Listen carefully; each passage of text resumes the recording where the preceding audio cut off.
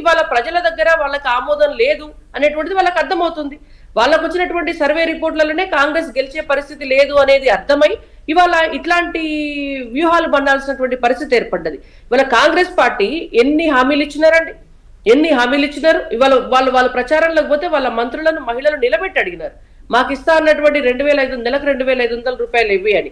చదువుకుంటున్నటువంటి అమ్మాయిలు నిలబెట్టి అడిగినారు, మాకు కాలేజీకి పోతే స్కూటీ ఇస్తా అన్నారు, ఏది మా స్కూటీ అని. వాళ్ళు నిరుద్యోగ భృతి బంగారం తులం బంగారం ఎక్కడా అని అడిగినారు. ఇవాళ పెన్షన్లు 4,000 రూపాయలు ఇస్తామన్నటువంటి మీరు ఈ రోజు వరకు కూడా పెన్షన్ ఇవ్వలేదు అని కూడా అడిగినారు, నిలబెట్టి ప్రజలు అడిగినారు కదా. కాబట్టి ఇవాళ మీరు ఏ పార్టీ సంక్షేమం చేస్తున్నారు, ఏ పార్టీ అభివృద్ధి చేస్తున్నారు అనేటువంటిది ఇక్కడ చూడండి. మొదలు తెలంగాణ రాష్ట్రంలో చేసినాక బీహార్ లో ఏ పార్టీ ఏం చేస్తుంది, లేకపోతే ఉత్తరాఖండ్ లో ఏ పార్టీ ఏం చేస్తుంది, ఢిల్లీలో ఏ పార్టీ ఏం చేస్తుంది అనేది మనం మాట్లాడుకోవచ్చు. కానీ రిజల్ట్ గెలిపించే కాన్ఫిడెన్స్ వేరే ఉంటుంది కదా రణరుద్రం గారు. షూర్ అండి, షూర్. గెలిపించే కాన్ఫిడెన్స్ అనేటువంటిది డెఫినెట్ గా ఇట్స్ కన్సిడరబుల్. అండ్ ఒకటి గెలవటము ఓడటము అనేటువంటి అంశాల్లో నిజంగా మనం మాట్లాడుకుంటే గెలిచినమా ఓడినమా అనేటువంటిదే లెక్కలోకి వస్తుంది. అయితే ఏ పద్ధతిలో గెలిచినారు అనేటువంటిది సెకండరీ ఎప్పుడైనా కూడా. కానీ ఇవాళ మనం అందరం కూడా మీడియాలో ఉన్నాము, రాజకీయాలలో ఉన్నాము కాబట్టి ఎంతో కొంత వాల్యూస్ అనేటువంటి వాటిని నిజంగా నిజాయితీగా ఏం జరుగుతోంది అనేటువంటి దాన్ని డిస్కస్ చేసుకోవాల్సినటువంటి అవసరం ఉంటది మనకు. కాబట్టి నేను ఈ అంశాల గురించి మాట్లాడాల్సి వస్తుంది. శ్రీనివాస్ గారు, సో మాగంటి సునీత గారు ఎప్పుడైతే బరిలోకి వచ్చారో ఆ రోజు నుంచి వారు ఒకరోజు బాధపడుతూ కన్నీరు పెట్టుకున్న దగ్గర నుంచి ఓకే ఇక దాదాపుగా బీఆర్ఎస్కి జూబ్లీహిల్స్ కైవసం అయిపోయింది, సరే మంత్రులు ఏం కామెంట్లు చేసినా ఏం చేసినా.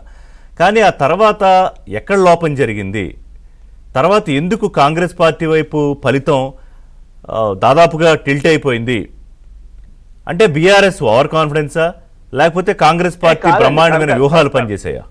కాదు బ్రహ్మాండమైన వ్యూహాలు ఏం లేదు, చాలా సింపుల్ టెక్నిక్స్. ఇలా బ్రహ్మాండమైన వ్యూహాలు కాంగ్రెస్ బీఆర్ఎస్ తప్పిదాలు ఏం లేదు.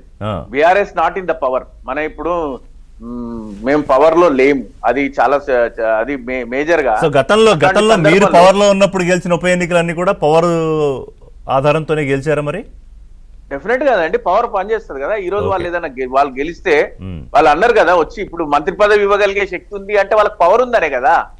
ఇప్పుడు 1,20,000 ఓటర్లు ఉన్నటువంటి ముస్లిం సామాజిక వర్గం నుంచి సడన్ గా అంతకుముందు కాంటెస్ట్ చేసిన అజారుద్దీన్ గారిని తీసుకొచ్చి ఒక మంత్రిగా చేసి మంత్రి పదవి ఇవ్వగలిగినరు. టెక్నికల్ గా వారు ఎలక్ట్ కాకుండా అంటే it is only because they are in the power. అంతేకాకుండా స్వయంగా ముఖ్యమంత్రి గారు వచ్చి మీరు ఓటేయకపోతే పథకాలు బంద్ అయితే, మీకు రేషన్ కార్డులు ఇచ్చినా ఆ పథకం బంద్ అవుతుంది, ఈ పథకం బంద్ అవుతుంది, బెదిరింపు రాజకీయాలు చేసిండ్రు. ఎంఐఎం ఎమ్మెల్యేస్ ని మధ్యలో పెట్టుకొని క్యాంపెయిన్ చేసిండ్రు.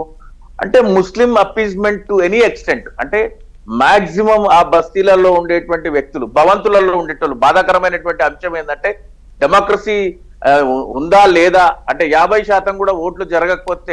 ఒకవైపు ర్యాలీ కూడా అయిపోలేదు, ముస్లిం ఓటర్లు ఒకవైపు ర్యాలీ కూడా అయిపోలేదు, బీఆర్ఎస్ పార్టీ కూడా. నేను ర్యాలీ అంటలేను, నేను ర్యాలీ అయిపోయినరు అని అంటలేను. కాంగ్రెస్ పార్టీ అధికారంలో ఉండి వాళ్ళు రెక్టిఫై చేసుకున్నారు, వాళ్ళు ఓవర్కమ్ అంటే వాళ్ళకి తెలిసినటువంటి వాళ్ళకు ఉన్న రిపోర్ట్ నుంచి అధికారం ఉంది కదా అని చెప్పి వాళ్ళు కొన్ని ఇప్పుడు మా మీద ఒక అపవాదం ఉందండి. ఏమని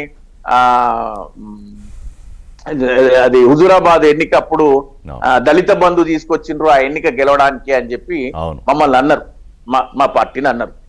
సరే అది మేము పవర్ లో ఉన్నాం కాబట్టి అప్పుడు అది తీసుకురావడానికి ఒక పాసిబుల్ అయింది. అట్లనే వీళ్ళు పవర్ లో ఉన్నారు కాబట్టి వాళ్ళు ఈరోజు మైనారిటీ అభ్యర్థిని తీసుకొచ్చి మంత్రిని చేసే కార్యక్రమం కానీ, లేకపోతే మంత్రులందరూ పాలన గాలి కుదిరేసి ధాన్యం కొనుగోలు లేకపోతే వరుసగా జరిగినటువంటి బ్యాడ్ ఇన్సిడెంట్స్ వాటన్నిటిని పట్టించుకోకుండా ఏవి మంత్రులు లేకపోతే కార్పొరేషన్ చైర్మన్లు పవర్ లో ఉన్న వాళ్ళకి కొంత పాజిటివ్ కన్సర్న్ ఉంటది రిషి గారు. అయితే వీళ్ళు ఇంకా నేను ఏంటంటే ఇది మీరు అంటున్నారు కాంగ్రెస్ గెలుస్తుంది అనేటువంటి నమ్మకానికి దోహదపడే అంశాలు మాత్రమే. కాంగ్రెస్ గెలవలే ఇంకా. I'm not accepting that. అంతే, Congress is not going to win the seat and Congress has not won the seat. ఇంకా కాంగ్రెస్ గెలవలే, కాంగ్రెస్ గెలుస్తుంది అనేటువంటి పోస్టల్ బ్యాలెట్ లో కూడా 39 నవీన్ యాదవ్ గారికి వస్తే 36 మాగంటి సునీత గారికి వచ్చాయి. దీపక్ రెడ్డి గారికి పదవి వచ్చాయి. అంటే వాళ్ళకు కొంత ఎడ్జ్ ఉంది. వాళ్ళ ఇవన్నీ ఏదైతే ఈ రెగ్యులర్ ఇంటెలిజెన్స్ రిపోర్ట్ ఉంటది కాబట్టి దాని నుంచి కొంత ఇంకా లాస్ట్ 3 రోజుల మేనేజ్మెంట్ నేను రుద్రమ్మ గారు మాట్లాడినరు, నేను మళ్ళీ పదే అది మాట్లాడాను. ఎందుకంటే అది వాళ్ళకి బిఫోర్ ఎలక్షన్ డే కావచ్చు, ఎలక్షన్ డే కావచ్చు, డైరెక్ట్ రిలీజ్ కూడా అయినాయి. వాళ్ళు పైసలు పట్టుకొని పంచుతుంటే లైన్ లో పంచుతుంటే అంటే వాళ్ళు ఇచ్చిరట ఏమని అంటే లోపలికి వెళ్ళేటప్పుడు బయటకు వచ్చిన తర్వాత 2 రకాలుగా డబ్బులు ఇచ్చిందంట జనానికి. ఏది ఓటు వేసి వచ్చే కూడా ఇచ్చారా? ఓటు వేసి వచ్చినాక, ఓటు వేయడానికి వెళ్ళినాక డబ్బులు, ఓటు వేసి వచ్చినాక డబ్బులు.